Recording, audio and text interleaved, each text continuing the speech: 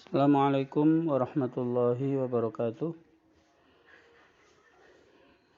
Kaifa halukum ayyuhal ikhwa talabah fi madati ilmi tadawuli. Hadzal yawma nahnu sanatahaddas an tatbiqi nazariyah tarkib amik limulahadzati al-jumal al-arabiyah. Jadi ini pertemuan terakhir dalam teori struktur dalam, di mana kita akan menerapkan teori struktur dalam untuk menganalisa kalimat berbahasa Arab. Dalam menerapkan teori struktur dalam ini pada bahasa Arab, ada beberapa hal yang perlu dipahami. Satu, adanya perbedaan antara bahasa Inggris dan bahasa Arab pada aspek arah penulisan kalimat. Pada penulisan kalimat berbahasa Inggris dari arah kiri ke kanan, sedangkan penulisan kalimat berbahasa Arab dari arah kanan ke kiri. Maka karena perbedaan penulisan kalimat tersebut, maka penyusunan dan pembacaan diagram pohon dalam teori struktur dalam ini juga dari arah kanan ke kiri, sesuai dengan arah penulisan atau pembacaan kalimat. Kemudian yang ketiga, perbedaan konstruksi kalimat majemuk dalam bahasa Inggris dan Arab. Itu dalam bahasa Inggris mengikuti pola menerangkan diterangkan, sedangkan dalam bahasa Arab mengikuti pola diterangkan menerangkan. Misalkan kita bilang dalam bahasa Inggris good student, dalam bahasa Arab kita menyebutnya at-tilmidz as-shalih.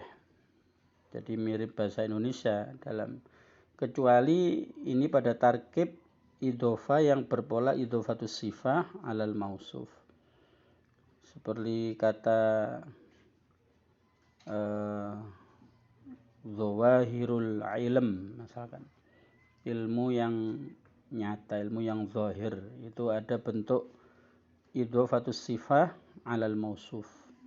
Ini tentu polanya mirip bahasa Inggris, yaitu menerangkan diterangkan. Ada perbedaan pengistilahan ya, penerapan teori struktur dalam ini dari sisi pengistilahan. Jadi frasa nomina itu dalam bahasa Arab berubah menjadi ibarah ismiyah, kemudian frasa verba atau verb phrase itu berubah menjadi ibarah fi'liyah, kemudian frasa preposisi berubah menjadi ibaratul jar. Kalimat berubah menjadi jim atau al-jumlah. Auxiliary diistilahkan dengan istilah musa'id, kemudian determiner berubah menjadi muhaddid. Berikut contohnya dalam jumlah ismiyah. Kalau jumlah ismiyah cenderung agak mudah ya, karena mirip-mirip dalam bahasa Indonesia dan bahasa Inggris. Jadi misalkan contoh Muhammadun yaqra'ul Qur'ana fil masjid. Di situ jelas Muhammad masuk di ibarah ismiyah. Ibarah ismiyah menurutkan isim, kemudian Muhammad, kemudian musaidnya ini bentuk mudhari'. Dalam kajian morfologi Arab, tentu akar kata itu justru dari al-fi'lul madhi. Jadi verb satunya dalam bahasa Arab itu fi'il madhi. Jadi fi'ilnya dari ibarah fi'liyah, kemudian turun ke fi'il, ada qara'a, kemudian ketemu musa'id menjadi yaqra'u. Nah, kemudian yang sedikit agak rumit yang di sini. Jadi ibarah fi'liyah itu tentu fi'il berimplikasi munculnya maf'ul bih. Maka kita temukan di sana ibarah ismiyah terdiri dari muhaddid yaitu al, kemudian isimnya Quran menjadi al-Quran. Kemudian yang terakhir adalah preposition phrase atau ibaratul jar. Di sana ada harfun, yaitu harful jar, yaitu fi. Kemudian ada ibarah ismiyah, kita temukan muhaddid, yaitu al. Kemudian ada isim masjid menjadi al-masjid. Maka lengkaplah kalimat itu menjadi Muhammadun yaqra'ul Qur'ana fil masjid.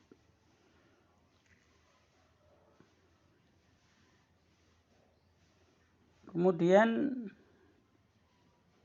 dalam contoh al-jumlatul fi'liyah, ini memang agak rumit ya, karena fi'ilnya harus di sebelah kanan sendiri, sedangkan maf'ul bihnya yang tentu itu masuk di dalam payungnya ibarah fi'liyah, letaknya harus di belakang. Nah, dia terpisah oleh fa'ilnya.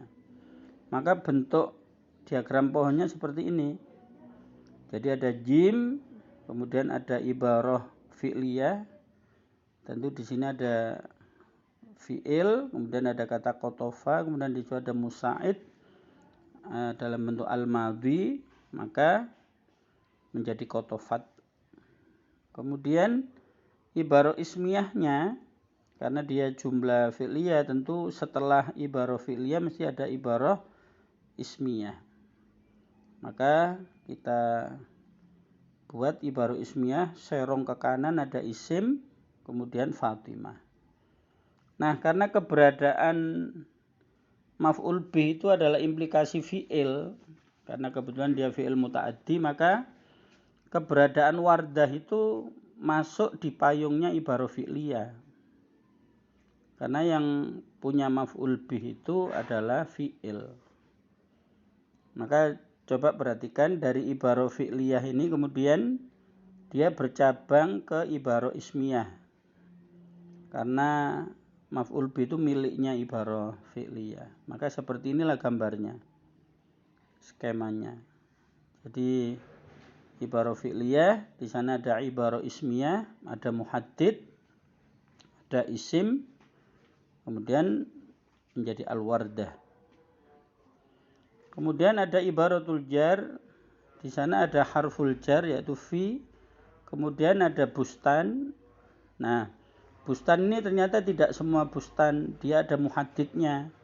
Yang muhaddid itu sendiri terbentuk dalam ibarah ismiyah. Jadi ada muhaddid yaitu al, kemudian ada isim yaitu jami'ah, sehingga menjadi al-jami'ah. Statusnya dia adalah sebagai muhaddid dari bustan. Jadi ini memang harus dikaji secara serius, dipikirkan betul sehingga kalian semua akan bisa memahami skema tarkib amik ini dalam contoh al-jumal al-arabiyah. Untuk tugas pekan depan, analisislah kalimat berikut dengan menggunakan struktur dalam. Yang pertama, al-muslimuna yasumuna fi syahri Ramadan. Kemudian i'takafa Zaidun fil masjidin nabawi. Nah, ini jadi nanti yang kedua nanti ada ibaratun na'at, karena an-nabawi sebagai na'at dari al-masjid. Jadi ada ibaratun na'at. Kemudian juga seperti biasa, yang materi di atas itu dirangkum dulu baru ngerjakan tugas dua kalimat ini. Jangan lupa absen dan masukkan tugas di kolom tugas e-learning. Naktafi bihadza, insyaallah fil usbu'il muqbil nahnu sanatahaddath an-nadhariyah al-akhirah li dalalatil jumlah, yakni nadhariyah kalkulus predikatif atau kalkulus al-khobariyah. Insyaallah minggu depan. Walafa minkum wallahul muwaffiq ila aqwamit thoriq. Wassalamualaikum warahmatullahi wabarakatuh.